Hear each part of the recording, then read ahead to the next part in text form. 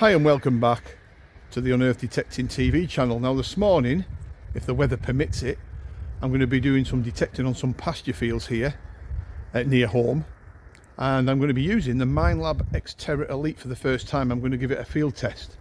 The weather isn't looking too good, so I'll quickly show you through the equipment that I'm using today, and hopefully we'll have some interesting finds for you to see.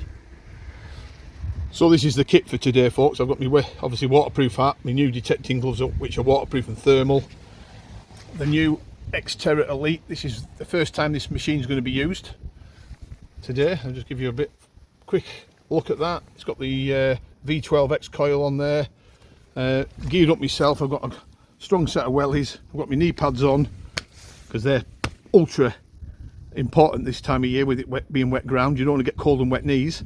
And I've got weatherproof, waterproof leggings and jacket. So we're going to give this a go today, see how we get on. I'll go through the settings when I get down on the field. I've arrived where I'm going to be detecting today, and it's a lovely short pasture, as you can see. I'll go through the settings very quickly with you for those that are interested. I'm going to have it on field 1. I'm going to have it on multi-frequency, as you can see. I've done the noise cancel. 25 volume, no threshold at all today, folks. 2-tone, -16 accept and reject, which is factory setting anyway. 2 recovery speed, because I'm on pasture, I don't really need fast recovery speed. There's not a lot of iron on here, so let's go for a little bit of depth. 2 recovery speed, FE on 1, and that's as simple as that. Oh, one more thing, sensitivity, let's get it up. Clean pasture, we should be able to get this up to 25. Back it off a little bit, 22. There we go, folks, dead easy. Let's see how we get on. I would say 15 minutes into the session, just getting used to the machine, because obviously it's a new machine I'm using now, is the X-Terra Elite. I sold my 900 earlier last month, and I have to say I've just got to tweak it a little bit to get it where I want it to be. I'm in more metal at the moment, actually, because there's not a lot of iron on here. Got a signal, and you can just see there the iron stain. So there was iron coming through on the audio, but there was a solid signal there as well. Now if I can put my glove on and get this out, then I don't have to go home too dirty, but I can see a coin in the hole. I think it is. The probe's indicated it. As you can see, the hole's filling up with water. We've had that much rain recently. Yeah, it's a coin.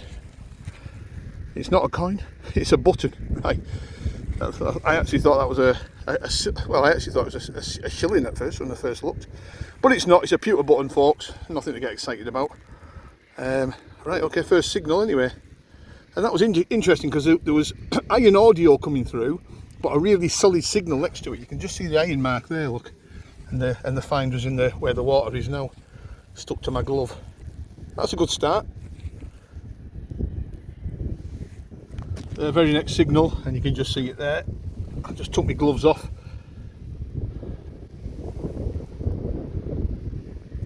I haven't a clue what that is. It's really heavy, so it's either lead, it could even be a big chunk, it could be a chunk of bronze. I don't think it's particularly interesting. It wasn't very deep, a couple of inches, what, 3 or 4 inch. It's something, but I'm not sure what. Right, we move on. Again, nothing to write home about. A couple of inches down again. Bit of lead. Scrap lead. Last 3 signals I've had, I've not filmed them for obvious reasons, just across here and down have been lead like this, chunks of lead. Okay, we'll persevere before that rain kicks in. Well, as you can see, things are getting a bit muddy now. That wasn't the target that I thought it was. It was a bullet, big heavy round of something. You military guys will know better than me what that is, size wise and things. That was, I don't know, maybe 8 inches down. Blew my ears off, actually. It took some finding, but we got there in the end. But these gloves are brilliant because it's keeping all the mud off my hands. Always wear gloves if you can. This is interesting for those that are actually using these Minelab X-Terra Elites. I was using it on 2-tone on this field, and it was a wispy signal. It was a quiet signal. It wasn't one of these signals that are saying, you know, come and dig me, you know, jumping out. So I clicked it over to all tones, which seems to amplify the target much better. The target came through better. As you can see the impression there where it was, and that's what it was. I mean, it's nothing special. It came up 16 on the VDI on the screen, but a really good tone came through when I clicked it over to all tone. I mean, it's nothing to, you know, to get excited about, but it's obviously a piece of old copper alloy. It'll be, with that patina, it could be any age, but that just shows you. So for those that are, you know, trying to work out this machine still, alternate between 2-tone, maybe 5-tone if you wish, all tone, that amplified the target much better. You can just see the impression there, look, and it was probably, I don't know, 5-6 inches down, maybe a bit more in there. Again, that all tone really brought this target to life, and it's only a piece of lead. I can see it's lead. It's deep as well. It was really deep, maybe 9-10 inches this time, tucked right in down here. I can hardly see me probe, it's that dirty. Just an average piece of lead, nothing special, but it really boomed out that. This machine ain't going to miss much. I tell you now, it ain't going to miss much. Really impressed with that depth. Well, a first coin-shaped object for some time. I'm not going to get caught out like I did earlier on and say it's a coin, but it could be a button, but the probe got it.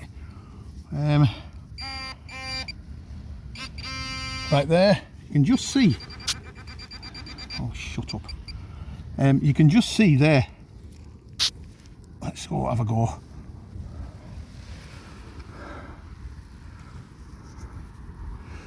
Yeah, it's a coin. There's no button on the, there's no ridge on the back of that. What it could be, I don't know in this dirt. It could be, looking at that, maybe a farthing. Too small for a halfpenny. I'm going for farthing. Victorian possibly. Well, that's the first coin of the day, folks, and that give a cracking signal. 56 on the scale, VDI. For those that are interested in VDI numbers, of course, I always go by tones, but that's what it came up. Let's move on to the next before this rain kicks in, because it's looking glum. Sorry, glum. Booming signal. You can actually see it in the hole, folks. This is I don't know, 6 inch down, 5 inch maybe, 78, 80 on the scale. Booming signal. You're never going to miss these sort of things. I don't know what it is. Maybe a piece of lead or. Oh, I dropped it. He dropped it. I haven't a clue. Oh, it's got an edge on it. Just an edge. Now that's probably, looking at this, because I found these before, piece of furniture. I actually thought it was an ampulla at first, the bottom end of an ampulla, but it's too big and too wide for one of them. It's furniture. Yeah. Furniture, folks. That's off.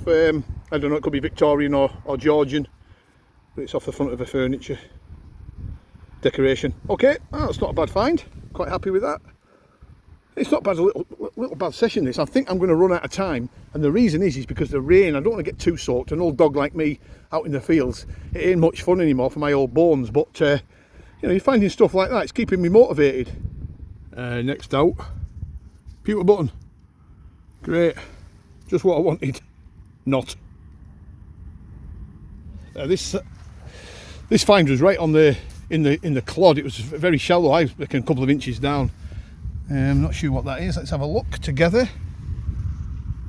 It's got a sharp point there, so I'm going to have to be careful because I've took my gloves off just to show you guys the find. I haven't got a clue what that is. It does look old.